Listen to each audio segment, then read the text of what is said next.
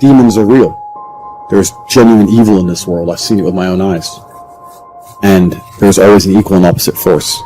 If demons are real, then God must be real. Some of the things that are happening in the world today is truly the work of the devil. By extension, God must be real. There's no way the devil can exist without him. And if you want to argue whether the devil exists or not, then you're not taking a very close enough look at the world. The people who are defending the Matrix and trying to purport its ideas, these people are genuinely, truly evil in their hearts. They don't care about humanity. They don't care about free speech. They're not pro-human. All they care about is trying to enforce ideologies regardless of how it affects people negatively. They're truly full of hate, and that makes them evil people. By extension, God must exist, and God inspires certain men to resist, like myself. You have to make God happy. Let's imagine God as a man. If I'm a man and I have 10 people who work for me, or 10 children, my favorite one is to be the one who does the things that I know, or who acts in a way that I am happy with, right? So if I had 10 children and they're all acting different ways, my favorite one's going to be the one that adheres to the rules and adheres to the tenets that I've set out. If I say you should act this way and you do act that way, then he's going to be my favorite child. I'm God's favorite because I act true to God. And I act true to God because I know I'm genuinely a good person. I wouldn't snake anybody in the world for $10 billion. Absolutely 0% chance. I'm not out here doing anything treacherous. I'm not a traitor. I don't do anything bad. The Matrix can say I'm a bad person because they're liars. I know I'm a good person. I know I live with a pure heart. The reason I'm God's favorite is because I'm out here doing exactly the things I said earlier in this stream. I wake up, I'm on time with a firm handshake. I stick to my word. I work hard. I give my best at everything I do. I'm honest. That's all it takes to be God's favorite. And if you're truly those things, you're not out here trying to do some quick buck. I sit here and look at every decision I make, and I genuinely sit and think, I am being analyzed and I'm being watched by another power. Is this going to benefit me in the long run? The most disgusting thing, the thing that God is most unhappy with, is treachery. Because treachery, the reason it is so frowned upon in the Bible and the Quran throughout all of history, traitors were hated the most and had the most heinous and disgusting punishments, is because treachery can't be stopped. I'm a big, dangerous man. If I see my enemy on the street, I'm going to know what's going to happen. I'm going to be ready for it. Treachery will take out anybody. The point I'm making is that's why it's such a disgusting act. So I'm God's favorite because I act in a way that God looks at me and he's proud of me. God looks at me and goes, I made men to be X, and Andrew's doing what he's supposed to do. Andrew's trying to become the strongest, richest, most important, most competent version of himself. He's trying to educate and inspire other men to do the exact same thing. I like Andrew. I'm lucky. God loves me. You're God's favorite because you decide to be. You have to show him that you're out here doing the things you're supposed to do. Did God create man for you to be lazy? Did God create man for you to be weak? Is that why he made you? If you think it is, then you could sit there and suffer the consequence of being unlucky your entire life. But if you understand that that's not why he made you, that's not why you're here, that you have a duty, a masculine imperative to be the best possible version of yourself, then God's going to be happy with you. That's how it works. I sit there and I have a genuine moral compass. Of course I'm his favorite. That's why he protects me and provides for me. That's why I can get banned and attacked by the Matrix in every single possible way, and I have larger streams than I've ever had before. That's why I don't panic. We go to God when we have problems, but when everything's going good, we don't thank him enough. And that's one thing I try and make sure I never do. I don't pray to God to ask for things. I pray to God to say thank you for things I already have. That's one of the first mindset things I tried to change, is to show gratefulness to him. By extension, I show gratefulness to my life. Gratitude is the #1 way to become successful, because the more grateful you become, the more things God will give you to be grateful for. If this God wakes you up every day, it's not you that's waking up, it's God allowing you to wake up. So if you ever stop to just thank him for everything he's done for you, he will add to that list of stuff that you can thank him for. Instead of complaining about what's going on, man, I got to go to work today. Man, I got these kids. Remember when you wanted a job? Remember when you wanted a baby? He's not going to keep giving you stuff if what you got you can't handle already. Spend 5 minutes complaining and you have wasted 5. Surely they will soon haul you off into a financial desert and there let you choke on the dust of your own regret. It's a deadly disease. If you don't think it's bad, ask the children of Israel. Story says, children of Israel were slaves. God performed a series of dazzling miracles and got them out. Remember the story? Heading for the promised land. Tragedy of the story, they never got there. Reason, from day one, they started to complain. They whined and cried and griped about the food. They whined and cried because it was too far, too cold, too hot, too miserable. Whined and cried for years. Finally, God said, I've had it, trip canceled. Which I think means two things. Indulge in this long enough, you get your future canceled. And I guess it also means even God himself can only take so much. Our promise is taking longer to develop because we're complaining instead of praising. You kill more blessings by not being grateful. That's the number one blessing blocker, lack of gratitude. Right now, what are you grateful for? Nothing, brother. There's nothing good in my life right now. That's pretty freaking pathetic. You can't find anything in your life to be grateful for right now? Lord, I thank you. I thank you that I made it this far. It's not what I wanted, but it is working. And if you can't say that, come on and let me take you to the homeless places, because sometimes you don't have gratitude because you got too much. But in the absence of an example of worse, you won't appreciate better because it ain't best. Listen to me, y'all. Wake up every day and start being grateful for just your life, your kids, your food, your clothes, your money. And then immediately after that, you'll have a better day. He started giving you more stuff. When you look back over your life, you can see the faithfulness of God. Times where he made a way where you didn't see a way. You didn't get to where you are by yourself. He's been working behind the scenes in your life, lining up the breaks that you need. That's why I take time every day to say, God, I recognize your goodness. I know I didn't get here by myself. You chose to bless me.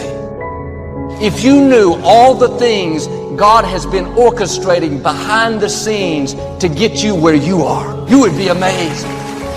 He said in verse 11, beware that in your plenty you do not forget the Lord your God. Don't let it become so common that you don't recognize it was my goodness, that you don't take time to thank me for what I've done.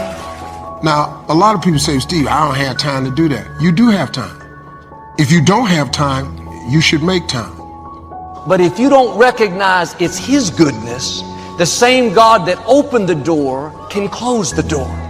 If somebody come to your house every day and ask you for a cup of sugar, and they take the sugar and they just walk off, how many days can this person get this cup of sugar and never say thank you? Not many. Have you forgotten what God has done? That's what causes blessings not to last. He's the reason your company chose you over somebody else. He's the reason your health turned around. Don't take it for granted. It wasn't a lucky break. That was the goodness of God. Take time to acknowledge his goodness. Not only are you thanking him, but you're reminding yourself, I didn't get here by myself. God opposes the proud, but gives favor to the humble. Gratitude changes your perception. Your perception changes your existence. If you're going to continue to go further, you have to remember it is the Lord your God that got you to where you are, and it is God that's going to keep you going. Gratitude is the number one principle of success. You can start that today. That will change your life. Try it. I dare you. The scripture says, don't despise the day of small beginnings. Don't get discouraged because where you are is much smaller than what's in your heart. It's easy to think, well, Joel, when I see some growth, then I'll give it my all.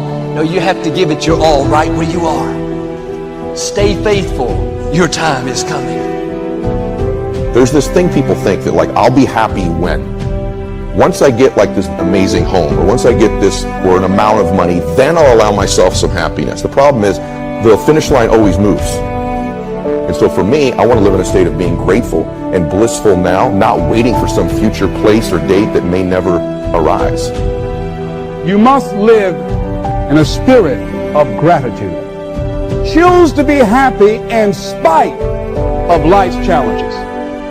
Viktor Frankl, he said the last of the human freedoms to choose one's attitude in any given set of circumstances to choose one's own way. Living in the moment, getting everything we can out of where we are in the moment where we are right now. You can't wait till you receive the promise. You have to thank God that the answer is on the way. Say, thank you that I'm healthy. In your finances, maybe you're struggling. All through the day, thank you that whatever I touch prospers and succeeds. When you thank God in advance for the answer, that's what keeps you encouraged. Praise makes you strong. Praise keeps you moving forward. Now, if you don't learn this principle to thank God in advance, you won't have the strength you need to wait for the promise. You have to trust the process. While you're waiting, things are growing. If God showed us what He was up to, that wouldn't take any faith. We have to walk by faith and not by sight. God says, if you won't let what you see talk you out of what you know, then your due season is coming. God knows what He's doing. If it hasn't happened yet, it hasn't been the right time. Your right time is already scheduled.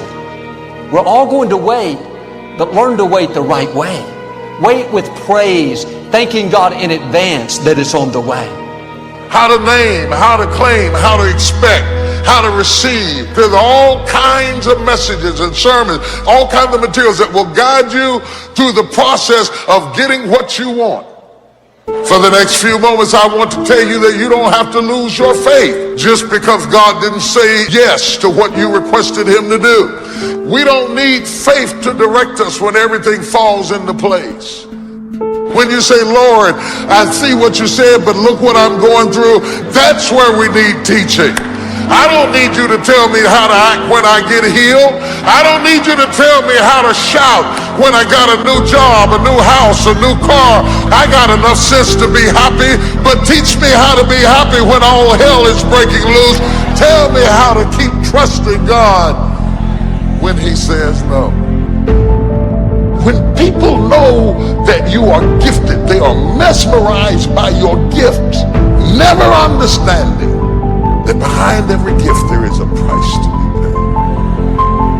Because people see the outer display of your gift, but they do not see the inner pains that go along with being who you are. There are people out there right now who look at your life and they just fantasize, saying, I wish I had what she had. I wish I had that opportunity. Just, isn't it funny how different a house looks from the driveway than it does from the hallway? Don't let rich folk fool you. In some area of their life, they are impoverished. Every victor is a victim in some area of their life. They may not tell you. I want to talk to all the blessed people in the room who have been blessed in some area of your life. You got punched in some area. It may not be visible, it may not be apparent, but somewhere in your life, if you are gifted, if you are highly favored, somewhere in your life you are being punched in your door. That all of us have something different. Punches us. That makes us pray. Not happy. All of this stuff and no peace. Trying to get you to understand how life balances itself and how no one gets everything. I want you to understand that you will not survive this world no matter how intellectual you are, no matter how bulging your biceps and triceps might be, but somewhere in your life there's going to be something punching you in the gut. There's always going to be something that escapes your grasp that humbles you and takes all the air out of your balloon. I want to talk to you about what is overwhelming you. I don't want to talk to you about what you win at. I want to talk to you about what you fail at. What overwhelms you? Rocks your world. Everything that I could stand, I stood it, and everything that I could take, I took it. But this right here overwhelms my very soul. What is the thing that overwhelms you? You have the right to object, but He has the right to overrule. You have the right to complain, but he has the right. And I am sent to you this morning to talk to you. What do you do? And God says no. When you've asked for a good thing, God says no. You got a loved one in the hospital, they're sick, and you prayed and you said all the right things. You quoted all the scriptures. You told the nurse he's going to be healed. They died right in front of your face. You've been overruled. And the devil said, where is your God now? I wouldn't let you be attacked on this level if I didn't give you enough grace. God said, I considered the weight load before I put the pain in your life. And I know you think that you cannot take it, but I just want to tell you, I'm not going to stop it. I'm not going to give you what you want, but my grace is, I don't like it, but I got grace for it. It hurts, I'm in trouble, but I got grace for it. I may be in turbulence, but I got grace.